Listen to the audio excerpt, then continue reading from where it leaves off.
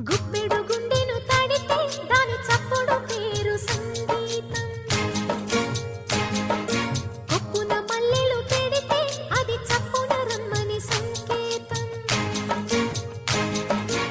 అదిరి పడిన పెదవికేంటి అర్థం? అడుగుతోంది ఎదురు చూసి